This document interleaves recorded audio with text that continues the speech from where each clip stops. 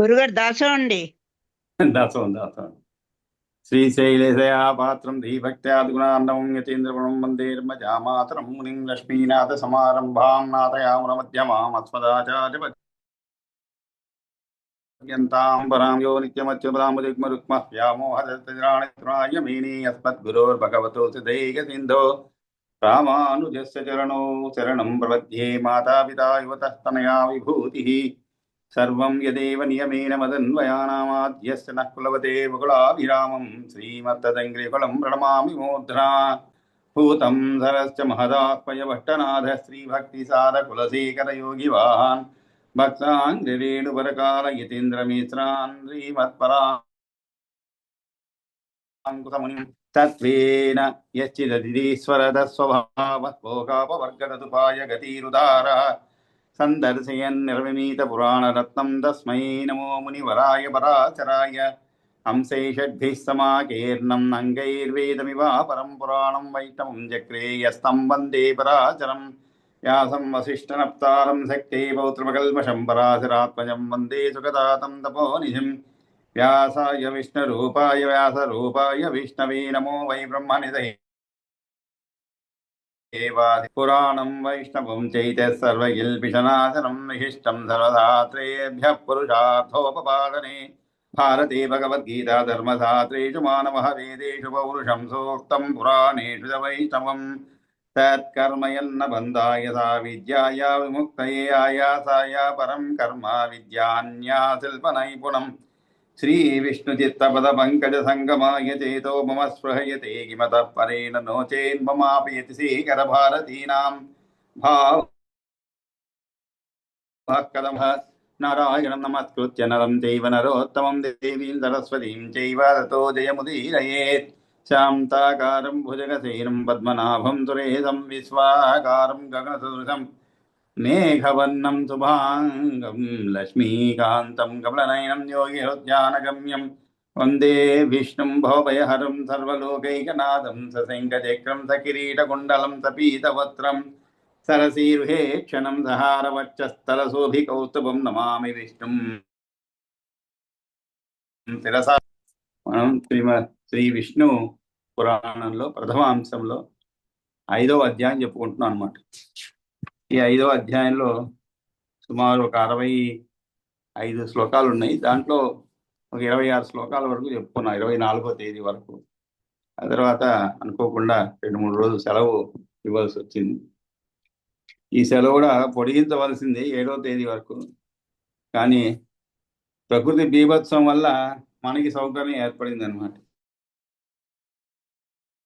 అందువల్ల మళ్ళీ ఈ రోజు నుంచి మన క్లాస్ ప్రారంభం జరుగుతుంది. సరే, తర్వాత మనం ఈ యొక్క 5వ అధ్యాయంలో 26వ శ్లోకం పూర్తి చేసుకున్నాం అనమాట. ఈ 26వ శ్లోకంలో ముఖ్యంగా ఏ విధంగా సృష్టి జరిగిందనే విషయాన్ని మనం చదువుకుంటున్నాము.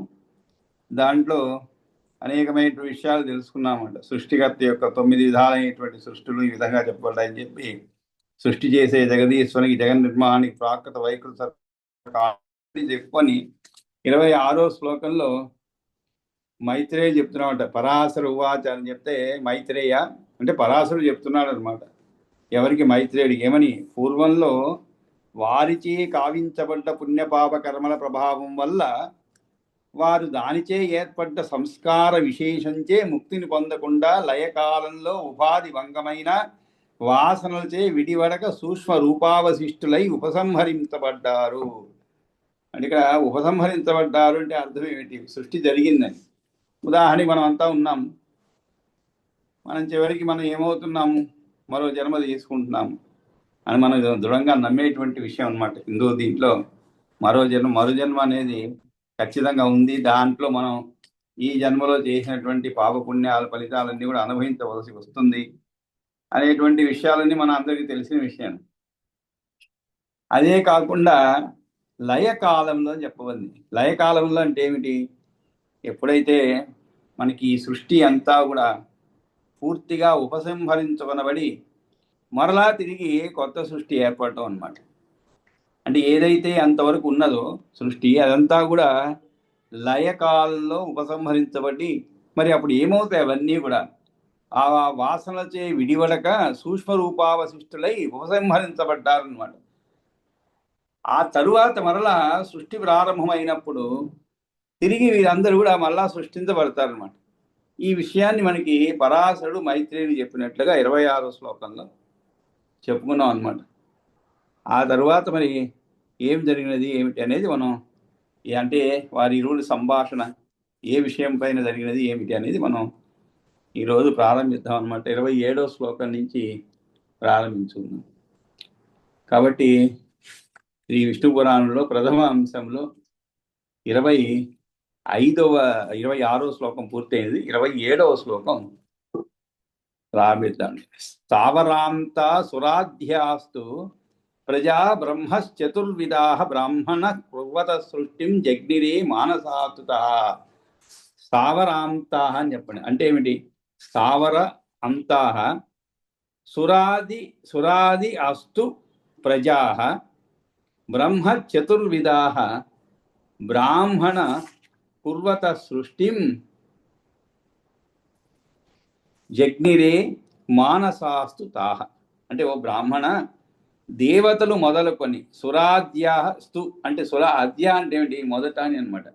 సురాధ్యాస్తు అంటే దేవతలు మొదలుకొని స్థావరాల వరకు గల నాష్టి బ్రహ్మ సృష్టి చేసే సమయంలో ప్రజా బ్రహ్మ చతుర్విధా బ్రహ్మణ కుర్వత సృష్టిం జగ్నిరే మానసాస్తుత. అంటే పూర్వకర్మానుసార బుద్ధి ప్రకారంగా బ్రహ్మ మానసిక సంతతిగా ఆవిర్భవించడం జరిగిందని. అంటే ఇక్కడ మానసిక సంతతిగా అని చెప్పండి. అంటే మనసులో తలచినంత మాత్రమే సృష్టి జరిగింది అని. కానీ ఇక్కడ శరీరముతో సంబంధం లేదన్నమాట. అంటే శరీర సంబంధం లేకుండా ఎలా సృష్టి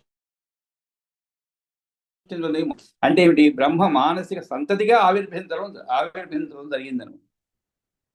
ఆ తరువాత ఏమి జరిగినది? తతో దేవాసర పితృన్ మానుషాం చ చతుష్టయం శిశృక్షుర్ ఆరంభాంసి ఏతాని స్వమాత్మానం అయూయుజత్.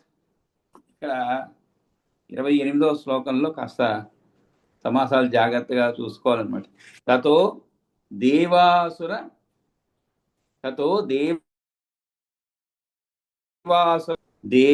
అసుర పితృన్ మానుషాంశ్చ చతుష్టయం. చతుష్టయం అంటే 4 అని అర్థం. అంటే ఈ 4 రకాల జీవులను సృజించాలని. ఏ 4 రకాల జీవులను? దేవ అసుర పితృన్ మానుషాంచ. అంటే ఇది మానసిక సృష్టి తర్వాత. అంటే ఏమిటి? చెప్పండి గురుగారు. దాసండి గురుగారు, నాకు శ్లోకాన్ని గుర్తుపట్టలేకపోయాను. ఎక్కడండి? పంచమోధ్యాయమే కదా, ప్రథమాంశే పంచమోధ్యాయ. అంటే ఇక్కడ ఏమవుతుందంటే కొన్ని నా పుస్తకంలో 28వ శ్లోకం అని ఉన్నది. మీ పుస్తకాల్లో సుమారు 31-2 శ్లోకాలు ఏమవుతాయంటే వాళ్ళు కలిపేసి శ్లోకాలని కలిపి ఒకే నెంబర్ ఇవ్వడం అలా జరుగుతుంది కొన్ని పుస్తకాలు. కాబట్టి 26వ అంటే మీరు శ్లోక నెంబర్ కాకుండా సుమారు అటు ఇటు చూడండి ఒకసారి. 27వ శ్లోకం అని చెప్పాను ఇందాక. స్థావరాంత సురాధ్యస్తు ప్రజా బ్రహ్మ అంటే 26వ శ్లోకం తర్వాతది. లేదు పరాశర ఉవాచ అని చూడండి, అక్కడి నుంచి సులభంగా మీరు పట్టుకోగలరు. శ్రీ పరాశర ఉవాచ అంటే అది అయిపోయింది అనమాట. అది అయిపోయింది మొన్న. కర్మభేర్భావితా పూర్వై కుశల ఖ్యాత్యా తయాహి అనిర్ముక్తా సంహారే ఉపసంహృతా అనేది అంటే అది అయిపోయింది అనమాట. అయిపోయి ఆ తర్వాత శ్లోకం ఈరోజు చదువుకుంటాం. కూడా అయింది ఇప్పుడు. అది కూడా అయింది. అంటే ఇక్కడ స్థావరాంత అక్కడి నుంచి ప్రారంభించాం ఈరోజు. బ్రహ్మణ కుర్వత సృష్టిం జగ్నిరే మానసాస్తుత. అంటే ఓ బ్రాహ్మణుడా, సృష్టి చేస్తూ ఉన్న బ్రహ్మగారి నుండి దేవతిర్య నర స్థావరములైన 4 శరీరాలతో మునుపు ప్రళయము జరిగినప్పుడు పరమాత్మను వారి వారి బుద్ధులకు తగినట్లుగా జన్మించినారయ్యా. అంటే వీరిని మానస సృష్టి అని పిలుస్తున్నారు అన్నమాట. అంటే ఏమిటి? మునుపు ప్రళయం జరిగినప్పుడు పరమాత్మలో ప్రవేశించున్న వారే వారి వారి బుద్ధులకు తగినట్లుగా జన్మించారన్నమాట. అంటే వారి వారి పూర్వకర్మానుసార బుద్ధి ప్రకారంగా జన్మించారు. కాబట్టి బ్రహ్మ మానసిక సంతతిగా జన్మించారని చెప్పబడింది. మరి ఆ తరువాత ఏం జరిగినది? తతో దేవాసుర పితృన్, 28వ శ్లోకం. తతో దేవ అసుర పితృన్ మానుషాంచ చతుష్టయం శుశ్రూషు ఆరంభాంస్య స్వం ఆత్మానం అయూయుజత్. స్వమాత్మానం అయూయుజత్ అంటే అనంతరం దేవత. అంటే ఇంతకుముందు మానసిక సృష్టి గురించి చెప్పుకున్నాం. ఇప్పుడు శరీరము నుండి చేయబడినటువంటి సృష్టిని చెప్తున్నాను అనమాట. అంటే ఈ 5-6 శ్లోకములు అంటే లేదు చివరి వరకు ఆల్మోస్ట్ ఈ యొక్క అధ్యాయం చివరి వరకు కూడా మనం తెలుసుకున్నాం. ఇంతకుముందు కూడా కొన్ని సందర్భాల్లో అంటే బ్రహ్మ యొక్క ఏ అవయవం నుండి ఏ విధముగా సృష్టి చేశారు అనే విషయం మనకు కూడా తెలుసు అనమాట. అంటే బ్రహ్మ యొక్క హృదయం నుండి, బ్రహ్మ యొక్క నాభి నుండి, బ్రహ్మ యొక్క అవయముల నుండి, వివిధమైనటువంటి చేతుల నుండి, కాళ్ళ నుండి ఏ విధంగా సృష్టించడం మనకి తెలుసు, కొంత చదువుకున్నాం. ఇప్పుడు ఈ 28వ శ్లోకం నుంచి 28వ శ్లోకం నుంచి చివరి శ్లోకం వరకు ఆల్మోస్ట్ ఈ అధ్యాయంలో దాని గురించి చెప్పబడుతున్నాడు. అంటే అనంతరం దేవతలను, అసురులను, పితరులను, మనుష్యులను అనే 4 రకాల జీవులను కూడా సృజించాలి అని జలాల నుంచి, అంటే దానిలోని జీవులను సృజించదలుచుకున్నవాడి తన మనస్సును శరీరంతో సంయోజనం చేశాడు. అంబసి అన్నాడు. అంటే శుశ్రూషు ఆరంభాం ఏతాని అంటే ఏమిటి? ఇవి అని అర్థం ఉండాలి. స్వం ఆత్మానం అయుయూజత్. అయుజంత సృష్టించాడు అన్నారు. అంటే 4 సంఖ్యగా ఉన్నటువంటి అంబాంసి ఏతాని. అంబాంసి అంటే ఏమిటి? అంబ అంటే నీరు అని పేరు. అంటే అంబ అను పేరు గల వాటిని సృష్టి చేయదలుచుకున్న వాడే ఆత్మానం అంటే తన మనసును అయూయుజత్ అంటే ఒక్కడిగా అంటే ఆత్మానం అంటే ఏమిటి? తన మనస్సును అయూయుజత్ అంటే ఒక్కడిగా చేసినాడు, అంటే జత చేసినాడు అని, అంటే కూర్చినాడు అని అర్థం. అంటే అన్నం ఏంటి? ఎట్లా అంటే శృతి వాక్యం కూడా ఇలా చెప్పండి. ఏమని? దేవతలు, నరులు, పితరులు, అసురులు అనువారే అంబములు అని వేదము చెబుతున్నందున దేవాదులకు అంబములు అని పేరు వచ్చిందనమాట. కాబట్టి ఆ విధంగా చతుర్ముఖ బ్రహ్మ దేవతలు, రాక్షసులు, పితరులు మరియు మనుష్యులు ఈ 4 అనమాట. అప్పుడు తన మనస్సును వాటితో జతకూర్చినాడు. అంటే ఏమిటి? శ్రద్ధతో సంకల్పం గావించాడని అర్థం అండి. అంటే అంబములు అంటే ఏమిటి? నీళ్లు కాకుండా దేవతలు, మనుష్యులు, పితరులు, అసురులు వారే అంబస్సులు అని వేదం అన్నమాట. వేదంలో చెప్పబడింది. కాబట్టి అటువంటి వారిని సృజించదలుచుకున్నాడు అన్నమాట. మరి ఆ విధంగా ఎలా సృజించాడు వారిని? అంటే ఎలా సృష్టి చేశాడు? అంటే సృష్టి చేయదలుచుకున్నాడు. మరి సృష్టి చేయదలుచుకున్నప్పుడు ఏమి జరిగినది అంటే యుక్త ఆత్మాన తమోమాత్రాహి ఉద్రిక్తా అభూత్ ప్రజాపతే శుశ్రూషు జగన్నాథ్ పూర్వం అసురాః జగ్నిరే తతః. ఇట్లు సంయోగమందినంత మాత్రాన ఏమి సంయోగం చెందింది ఇక్కడ? యుక్తాత్మన ఇది అంటే మాత్ర అనగా లేసము, చాలా కొద్ది భాగము, దాని చేత సుసింపబడినటువంటి అదృష్టం, చూడబడినటువంటి విధి కారణంగా దానికి లొంగినందువలన ఉద్రేకం చెందినది అయినాడు. అంటే ఉద్రేకం చెందడం అంటే ఏమిటి? సృష్టికి కావలసినటువంటి మూలము అన్నమాట అది. అంటే ఈ ఉద్రేకం చెందడం అనేది అంటే మన ఈ సందర్భంలో కొంచెం అర్థమైనది చెప్పుకుందాము. పురుష స్త్రీలు కూడా మనకు మామూలుగా కూడా ఉత్పత్తి, సంతానోత్పత్తిగా అంటే ఇవి ఆ విధముగానే ఇక్కడ కూడా బ్రహ్మ కూడా యుక్త ఆత్మన తమోమాత్ర అంటే తమోమాత్రమైనటువంటి శరీరము ఉద్రేకం చెందింది. అప్పుడు ఆయన యొక్క సృష్టి కార్యంలో మొదట జగనము నుంచి అసురులు జన్మించారు అనమాట. అంటే సృష్టి చేయడం కొరకు అంబములని పేర్కొనబడే దేవ నర పితృ అసురులతో మనస్సును కూర్చగా ఇప్పుడు బ్రహ్మగారి శరీరము తమో మాత్రలు అంటే చిన్న భాగములతో రెచ్చగొట్టబడినది. పిదప జగనము అంటే మూల నడుము పిరుదుల యొక్క భాగము నుండి మొట్టమొదటగా అసురులు అంటే సురలు అంటే దేవతలు కానివారు అని అర్థం అనమాట. అసురులు అంటే ఎవరు? దేవతలు కానటువంటి వారు అని అర్థం. అటువంటి వారు జన్మించారు అంటే రాక్షసుల గురించి తర్వాత వస్తుంది. కాబట్టి వీరిని అసురులని పదంతో వ్యవహరించడం జరిగిందనమాట. ఆ తరువాత శిశుక్షు జగన్నాథ్ పూర్వం అసురాహ జగ్నిరే తతః అసురాహ అంటే అసురులు జరిగిందనమాట. ఆ తరువాత ఉత్ససర్జ అంటే ఉత్ససర్జ తతః తాంతు తమో మాత్రాత్మికాం తనూం తమో మాత్ర ఆత్మికాం తనూం సాతు త్యక్త తతస్తేన మైత్రేయ అభూత్ విభావరి. ఇక్కడ మైత్రేయుడు చెప్తున్నాడు అనమాట. మైత్రేయుడికి పరాశరుడు చెప్పు మైత్రేయ ఉత్ససర్జ అంటే ఏమిటి? ఉత్ససర్జ అంటే వదిలివేయబడడం అర్థం అండి.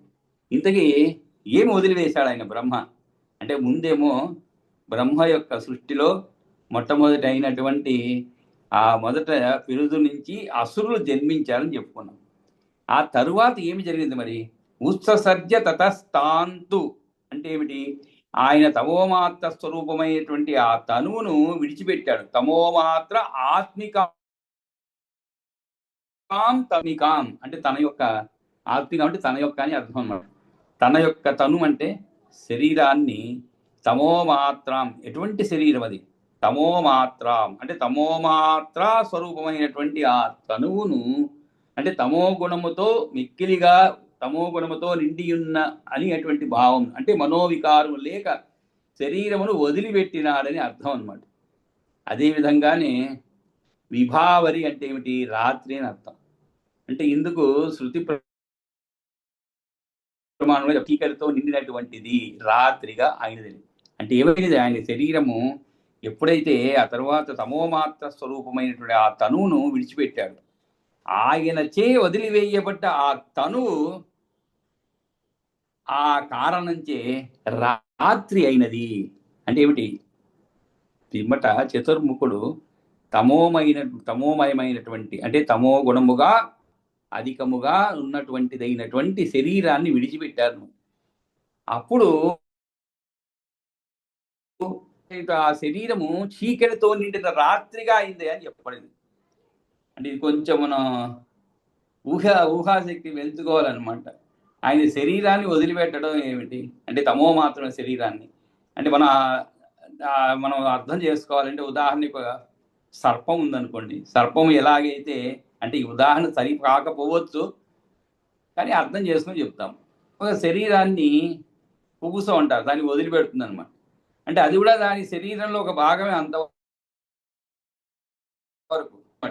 ఆ వదిలిపెట్టిన తర్వాత మళ్ళీ కొత్త శరీరాన్ని శరీరం అంటే పూర్తిగా శరీరం పొందదండి. పై యుక్తాత్మన తమోమాత్రాహి ఉద్రిక్త అభూత్ ప్రజాపతే శుశ్రూషు జగన్నాథ్ పూర్వం అసురా జగ్నిరే తతః. ఆ తరువాత అటువంటి శరీరాన్ని తమోమాత్ర స్వరూపమైన ఆ తనువుని విడిచిపెట్టాడు. ఉత్ససర్జ తతస్థాంతు తమోమాత్రాత్మికాం తనుం సాతు త్యక్త తతః తేన మైత్రేయ అభూత్ విభావరి. అది అభూత్ విభావరి అవుతుంది. అభూత్ విభావరి అంటే ఏమిటి? రాత్రి అని అర్థం. అంటే మామూలుగా మ్యూజిక్ కూడా అంటే సంగీత కార్యక్రమాలు కొన్ని పెడుతుంటారు. విభావరి, సంగీత విభావరి అంటారు. ఇది అర్థం అన్నమాట. అంటే సంగీతం అంటే ఏమిటి? మామూలుగా అందరికీ తెలుసు. మరి విభావరి అంటే రాత్రి అని అర్థం. అంటే మ్యూజికల్ నైట్, ఇంగ్లీష్లో చెప్పుకుంటే మ్యూజికల్ నైట్ అన్నమాట. కాబట్టి ఈ విధంగా విభావరి అనేది అంటే అది రాత్రి అయింది అనమాట. ఆ శరీరం అంటే ఆ శరీరమే చీకటితో నిండిన రాత్రిగా అయ్యింది అని చెప్తున్నాడు. అంటే లయం అయిన తర్వాత మొత్తము మళ్ళా సృష్టి కొత్తగా ఏర్పడింది అనమాట. కాబట్టి ఈ రాత్రి ఎలా ఏర్పడింది అంటే ఈ విధముగా తమోమాత్ర స్వరూపమైనటువంటి ఆ తనువుని విడిచిపెట్టాడు. ఆ వదిలివేయబడ్డ తనువు ఆ కారణం నుంచే రాత్రి అయినది. సాతు త్యక్త తతస్తేన మైత్రేయ అభూత్ విభావరి. ఆ తర్వాత మరి ఏం చేశాడు? ఇంకా సృష్టి జరగాలి కదండి, నిలిచిపోకూడదు. ఇంకా దేవతలు వీళ్ళందరూ ఇప్పటికి ప్రస్తుతం అసురులు మాత్రమే ఉంటారనమాట. మరి ఆ మందిని సృష్టించాలి ఆయన. అందుకని ఏం చేశారు మరి? శిశృక్షు అన్యదేహస్థ, శిశృక్షు అన్యదేహస్థ ప్రీతిం ఆప తతఃసురాః సత్వోద్రిక్తాః సముద్భూత ముఖతో బ్రహ్మణో ద్విజ అంటే ఏమిటి? ద్విజోత్తమ. ఆయన మరో శరీరము స్వీకరించి శిశృక్షు అన్యదేహస్థ, శిశృక్షుడి అంటే ఏమిటి? దేహమునందున్న వాడై అనగా సాత్విక భావమునందున్న వాడై, అంటే ఇంతకుముందు తామస భావం ఉన్నటువంటి వాడై సృష్టించాను. అంటే తమోమాత్రమైనటువంటి సృష్టిలో ఉన్నాడు. ఇప్పుడు ఆయన మరి ఒక సృష్టి, అంటే ఎటువంటి సృష్టి చేయాలనుకుంటే అటువంటి శరీరాన్ని పొందుతున్నాడు అనమాట ఆయన. అంటే దానికి అనుగుణంగా ఇంత ముందుగా చెప్పేవారు. అంటే ఇది సరి అయినటువంటి ఉదాహరణ కాదు తెలియదు, కానీ అంటే మన శరీరంలో కూడా అంటే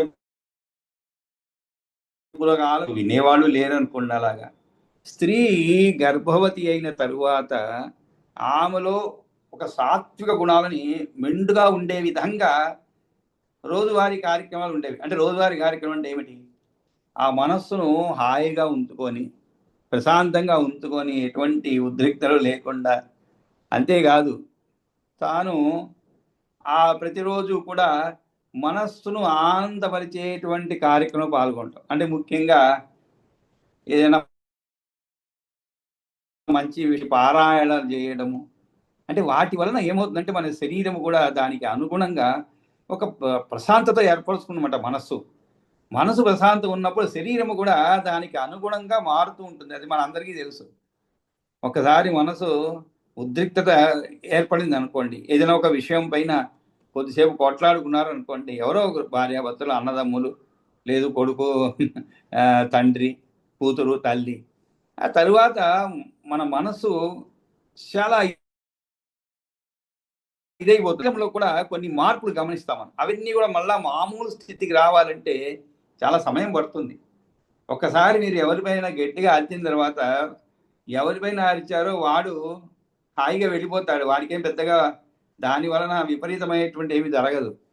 కానీ అరిచిన వాడికి బీపీ పెరిగిపోయి, నరాలు చిట్లిపోయి, చివరికి ఒక్కొక్కసారి ప్రాణానికి కూడా ముప్పు ఏర్పడుతుంది అనుకోండి, అది తీవ్రమైనప్పుడు. కాబట్టి నష్టపోయేవాడు ఎవడు? అరిచిన వాడే అన్నమాట. కాబట్టి ఇక్కడ ఎందుకు చెప్తున్నా అంటే, సృష్టి ఆ తర్వాత ఇంకొక సృష్టి చేయాలనుకున్నాడు. ఆ సృష్టికి సాత్వికమైనటువంటి సృష్టి అనమాట. అందుకని తన శరీరాన్ని కూడా ఆ విధంగా మలుచుకున్నాడు. ఈ విధంగా ఎందుకంటే చెప్తున్నాను, ఆ కథలు రామాయణం, మహాభారతం, భాగవతాలు ఇవన్నీ వింటూ ఉంటే మనసు చాలా ప్రశాంతంగా ఉంటుంది. దాని యొక్క ప్రభావము జన్మను తీసుకోబోయేటువంటి శిశువు పైన కూడా ఉంటుంది అనేటువంటి విషయాన్ని మన పూర్వీకులే చెప్పారు. శాస్త్రీయంగా కాకుండా మన పూర్వీకులు ఇప్పుడైతే ఇవన్నీ వచ్చాయన్నమాట. ఇప్పుడన్నీ 3 4 మళ్ళీ వాళ్ళకి రోజు డాక్టర్ కన్సల్టేషన్, వాళ్ళు ఏదో చెప్తుంటారు, అలా చేయాలి, ఇలా చేయాలి, ఇవన్నీ చెప్తుంటారు. కానీ పూర్వకాలంలో ఇళ్లలో జరిగే విషయాలు ఇవే అన్నమాట. వాళ్ళంతా సంతోషంగా ఉంచుతారు అనమాట. దానివల్ల వాళ్ళకి ఎటువంటి ఉద్రేక పరిస్థితులు ఉండవు. సరే, ఇప్పుడు అదే విధంగా బ్రహ్మ కూడా అటువంటి సృష్టి అనుకుందాం. అంటే ఇవన్నీ లౌకిక దీనికి కోరిలేట్ చేసుకుందాం అనమాట. ఇప్పుడు బ్రహ్మ ఏం చేశారు? ఆయన తమోమాత స్వరూపం అయిపోయింది, ఆ తనువుని విడిచిపెట్టాడు. దానివల్ల ఆ శరీరమే రాత్రి అయింది. ఆ తర్వాత ఏం జరిగింది? మరి శిశృక్షు అన్యదేహస్థ, అన్యదేహమునందున్న వాడే అనగా సాత్విక భావమునందున్న వాడే శిశృక్షు అంటే సృష్టిని చేయతలుచుకొని శిశృక్షు అన్యదేహస్థ ప్రీతిం ఆప అంటే పొందాడు అని అర్థం.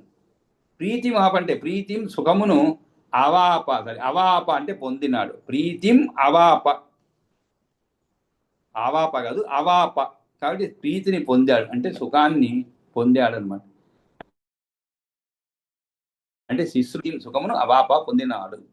అప్పుడు ముఖము నుండి అన్నట్టుకు శృతి వాక్యం, అంటే ఆయన తన ముఖము నుండి దేవతలను సృజించినాడు అని చెప్పినందువలన తరువాత బ్రహ్మ సత్వోద్రిక్త సముద్భూత ముఖతో బ్రహ్మణో ద్విజ.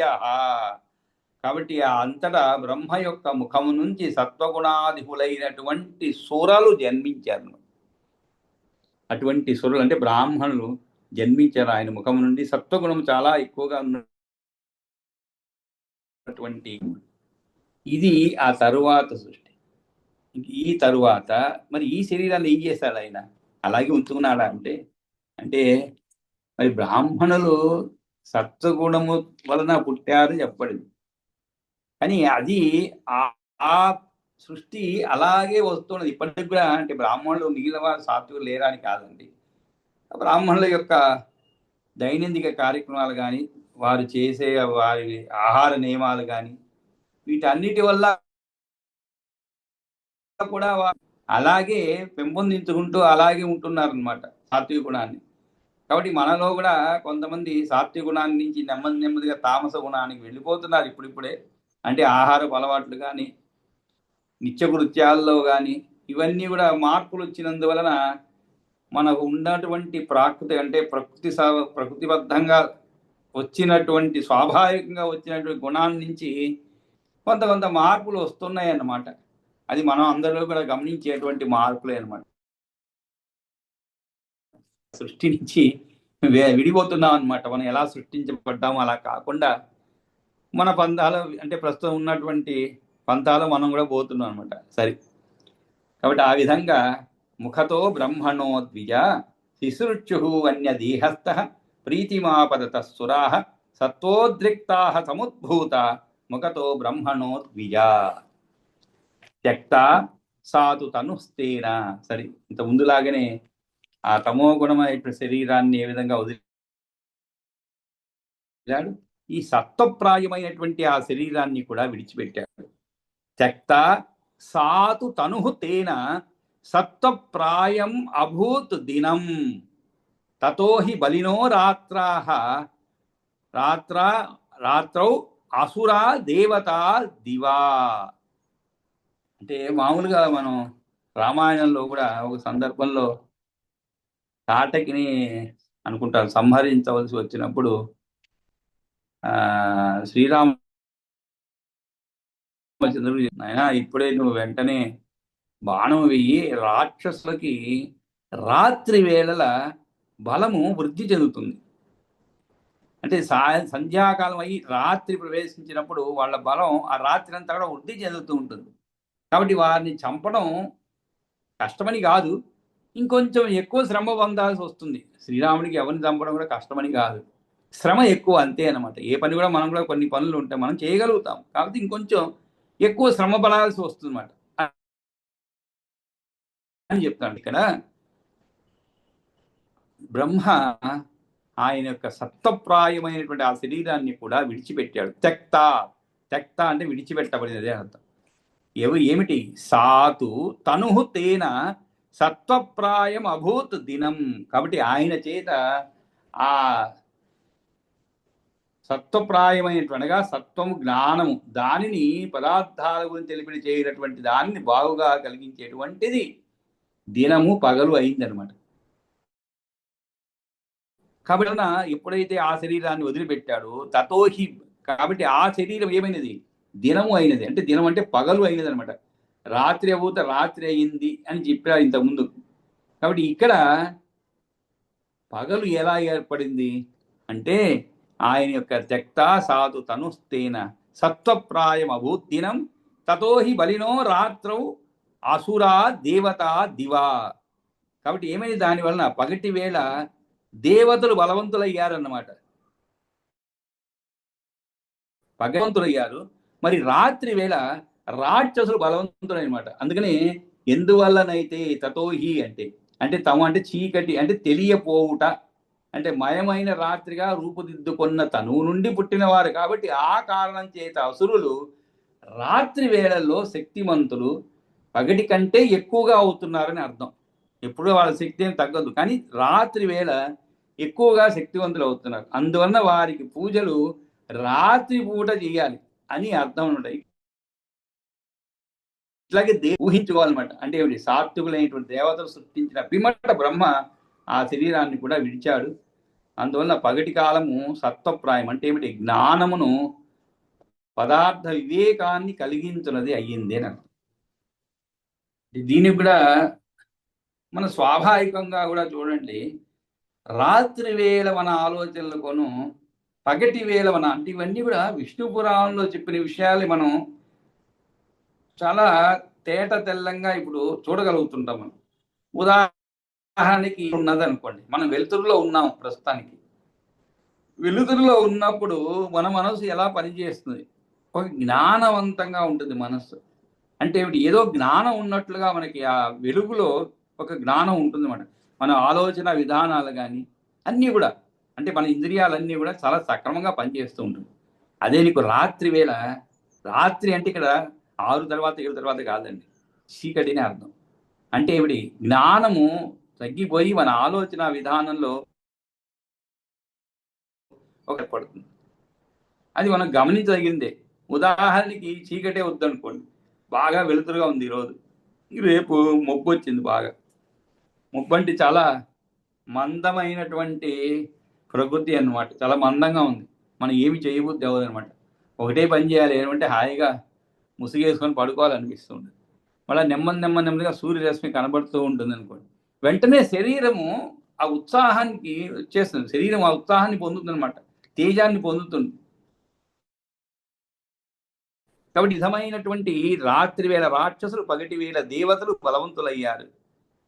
కాబట్టి త్యక్తా సాతు తనుస్తేన సత్వప్రాయమభూద్దినం తతోహి బలినో రాత్రౌ అసురా దేవత దివా. కాబట్టి ఆ విధంగా అసురులను రాత్రులు పూజిస్తారన్నమాట.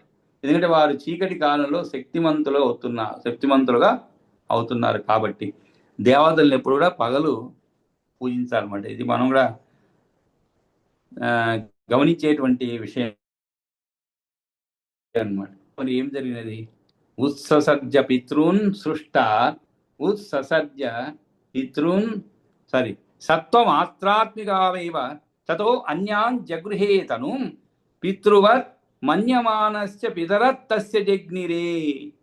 ఆ తర్వాత ఏమైనది, ఆయన ఆ శరీరాన్ని వదిలిపెట్టాలని చెప్పబడింది. ఆ తరువాత మరో సత్వ సమాత్రికమైన శరీరాన్ని స్వీకరించాడు.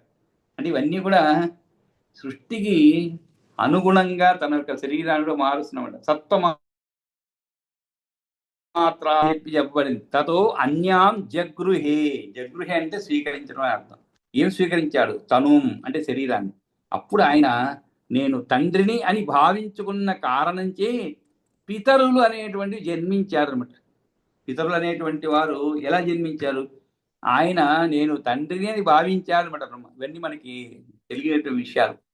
పితృవత్ మన్యమానస్య, పితృవత్ అంటే ఏమిటి, తండ్రిగా.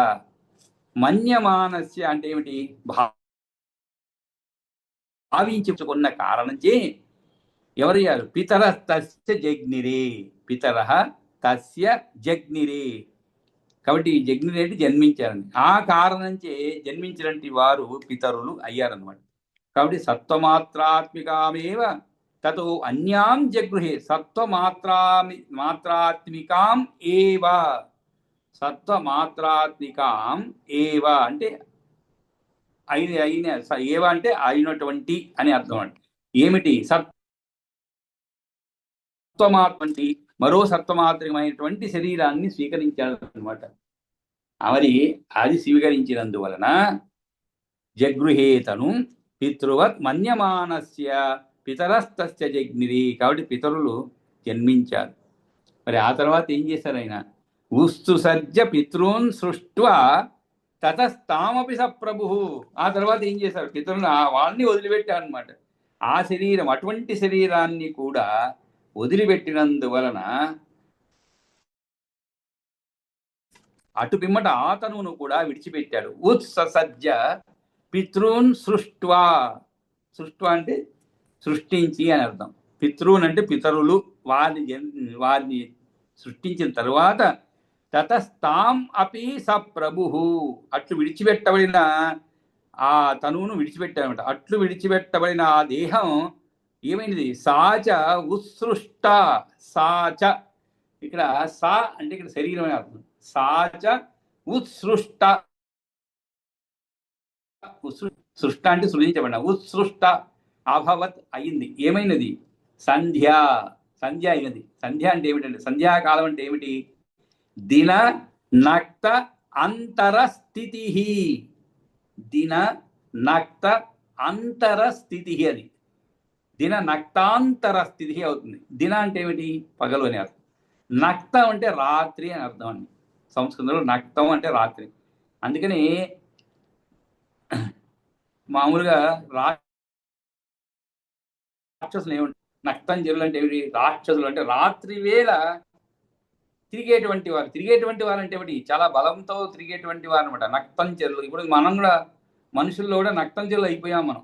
ఎందుకంటే మన ఉద్యోగ రీత్యా కానీ లేదు, మనం అంతా కూడా విదేశీ ఖాతాదారులు అంటారు, క్లయింట్స్. అంటే మనకి రాత్రి ఏమిటి, వాడికి పగలన్నమాట. కాబట్టి వాడు నిద్ర లేవగానే మనం ఇక్కడ పని చేయాలి, మనం నిద్రపోయేటప్పుడు వాడు పని చేస్తున్నాడు. ఈ విధంగా అనమాట. ఈ తేడాల వల్ల అదే మన దేశంలో పని చేస్తున్నాడు ఏదో ఢిల్లీ కొను కన్యాకుమారికి. కానీ ఇది విదేశస్తులతో పనిచేసేటప్పుడు మనమంతా మేల్కొన్నప్పుడు వాడు నిద్రపోతుంటాడు. వాడు నిద్ర లేవంగానే సుమారు 2:30 3 గంటలు తేడా. అంటే ఏమిటి? ఈరోజు మనకి 10 అయింది అనుకోండి ఇక్కడ పగలు, 2:30 అంటే 12:30 వాడికి రాత్రి, ముందు రోజు రాత్రి అన్నమాట. వాడు నిద్రపోతూ ఉంటాడు ఇక్కడ. అంటే ఎందుకు చెప్తున్నా అంటే నక్తం జల్లు అంటే మనం కూడా నక్తం జల్లు అయిపోయాం, రాత్రి వేళ తిరిగేటువంటి వాళ్ళం అయిపోయాం అనమాట. అంటే కొన్ని జంతువులకు కూడా రాత్రి వేళలు బాగా కళ్ళు కనబడతాయి, వాటిని అంటే నక్తం జల్లు అంటాయి. అలాగా దినాంతర స్థితి. అంతరం అంటే మధ్య, నడుమ అని అర్థం అండి అంతరం అంటే. ఈ రాత్రికి పగటికి, పగటికి రాత్రికి ఇక్కడ చూడండి తేడా ఉంటుందండి. మన మాటలు ఎలా పలకాలంటే చాలా జాగ్రత్తగా పలకాలి. ఉదాహరణకి రాత్రికి పగటికి మధ్య అది వేరే అయిపోతుంది. రాత్రికి పగటికి మధ్య ఉదయకాలం అవుతుంది. అదే మీకు పగటికి రాత్రికి మధ్య ఉండేది సంధ్యాకాలం, సాయం సంధ్య అవుతుంది. అంటే రాత్రి పోయి పగలు వస్తుంటుంది, అది ప్రాతః సంధ్య. కాబట్టి మామూలుగా మనం Monday to Saturday Saturday to మండేకి చాలా తేడా ఉంది కదండి. ఎవరన్నా మండే టు సాటర్డే అన్నాను అంటే Monday Tuesday Wednesday Thursday Friday Saturday 6 రోజులు అయిపోతుంది. అదే మీరు సాటర్డే టు మండే అన్నా అనుకోండి, సాటర్డే సండే ఉంటే 3 రోజులు. ఆ విధంగా రాత్రికి పగటికి రాత్రికి తేడా ఉంటుంది. ఇక్కడ సంధ్యాకాలం అంటే ఏ సంధ్య? దిన నక్త అంతర స్థితి, మధ్యకాలం అనమాట. ఆ ఉండేటువంటి నడుమ ఉండేటువంటి కాలంగా అంటే సంధ్య అయిందనమాట. ఉత్స సంధ్య అంటే మనకి